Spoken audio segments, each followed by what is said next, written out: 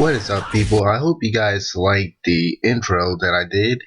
Kind of short, but I didn't want to waste a lot of time because I only have 15 minutes, just about. So part two will focus on gameplay tweaks. So last video I covered the initial features, the modes and stuff that basically should be changed or should be added.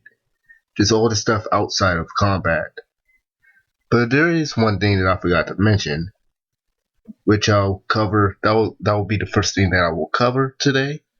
That will be tweaks to basically awakening mode, and outside of battle, we should be able to start in awakening mode. I just want to say that right now because a lot of people have suggested it, and I really do think they need to get rid of awakening mode. But like I said, I'll go in depth with that firstly. So to begin, I'm going to actually have a clip just about now. Okay, so what we have here is a training mode battle where Killer B and Naruto will eventually go into their awakening states, and I want you guys to watch very closely about how much chakra that the users use up when they're either executing jutsus and also when they're in awakening mode. And I'm going to actually give a shout out to Spyin09 because I didn't know it. Well, I have noticed it, but I didn't notice how much chakra that they use in awakening mode. I've always said that they need to increase how much chakra is required for jutsus and especially for ultimate jutsus.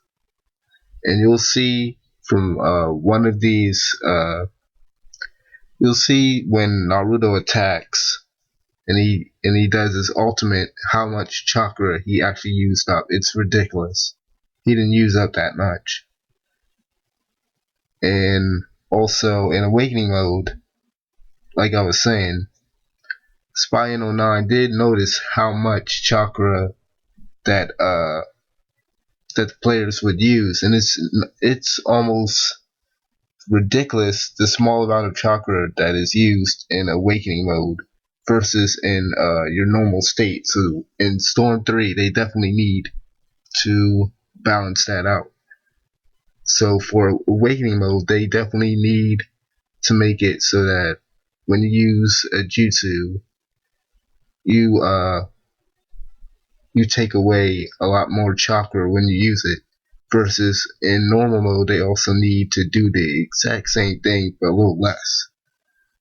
So initially, when you use a jutsu in normal mode, you would basically be taking a lot more than currently, and in awakening mode, you need to be using up at least half your bar because your attacks are already nerfed.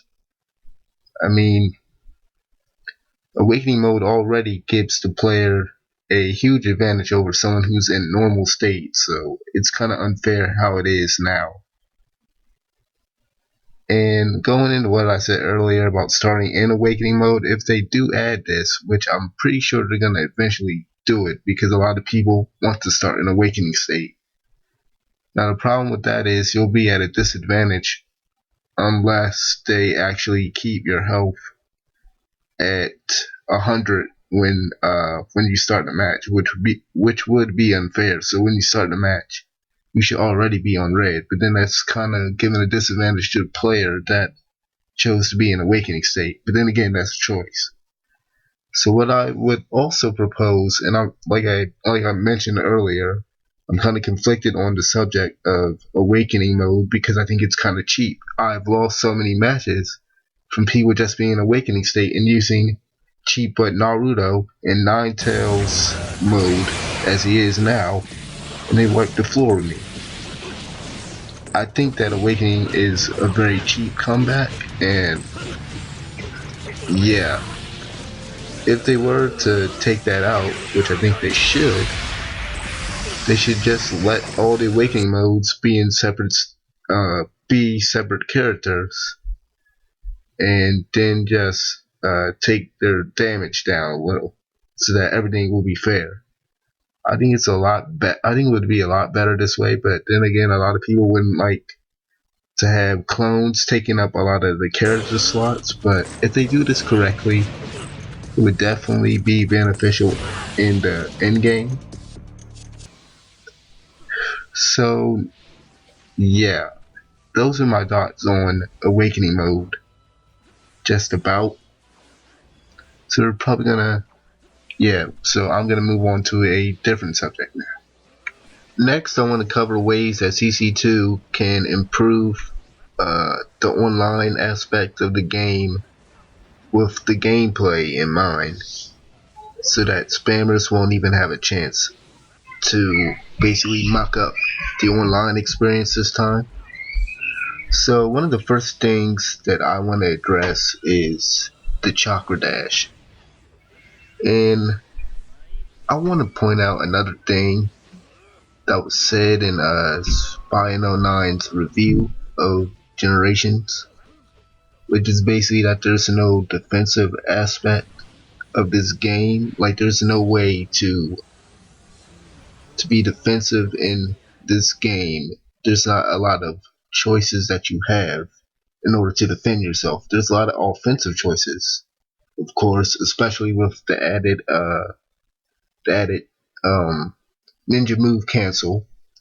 But there's no defensive possibilities here because the guard break is just ridiculous this time because they toned it down because a lot of people were complaining. But yeah, so the chakra dash in this game is it leaves you very vulnerable, especially when you're dashing at an opponent from a range, because then all they need to do is use a jutsu like fireball jutsu, or especially Sasuke's Susanoo's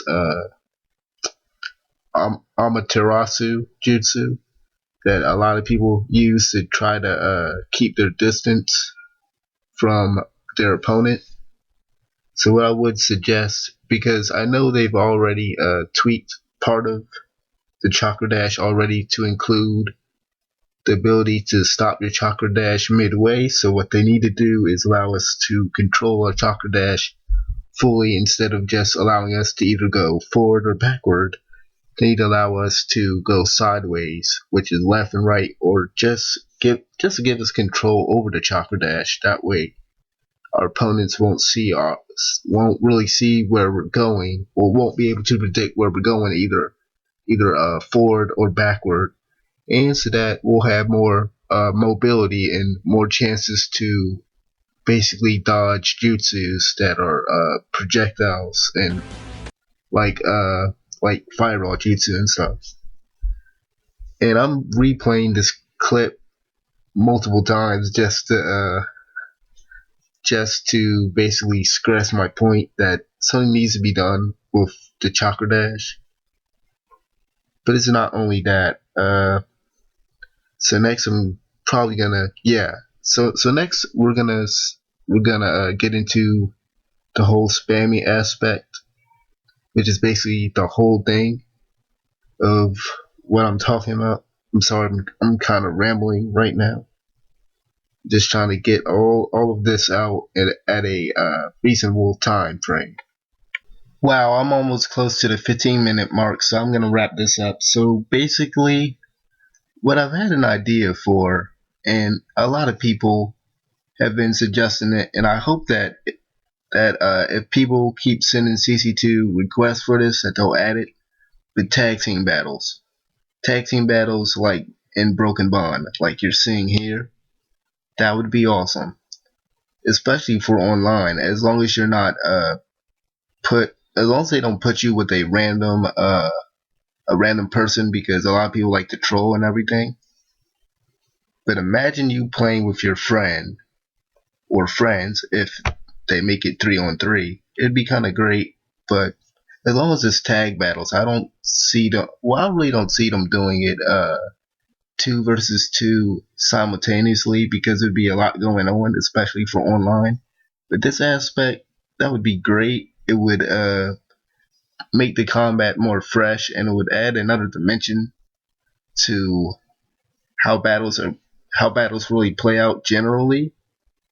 And the last thing I want to cover is team jutsus. They need to eliminate the way it is now because all of those jutsus are like basically, well, the way it's done now, everything's the same. And they need to do jutsus more like in Ultimate Ninja Storm 5. I mean, Ultimate Ninja 5. Or just any of the Ultimate Ninja games before Storm because they were a lot better. I know a lot of people don't want to watch automated cutscenes, but I'm not saying they need to go that route. I'm saying that they need to be more epic and more diverse. So that about does it for this video. The next video will just be my wish list for characters that they should have and the stages that they should have also. So be sure to comment, like, subscribe, and everything. And a link will be up when part 3 is available.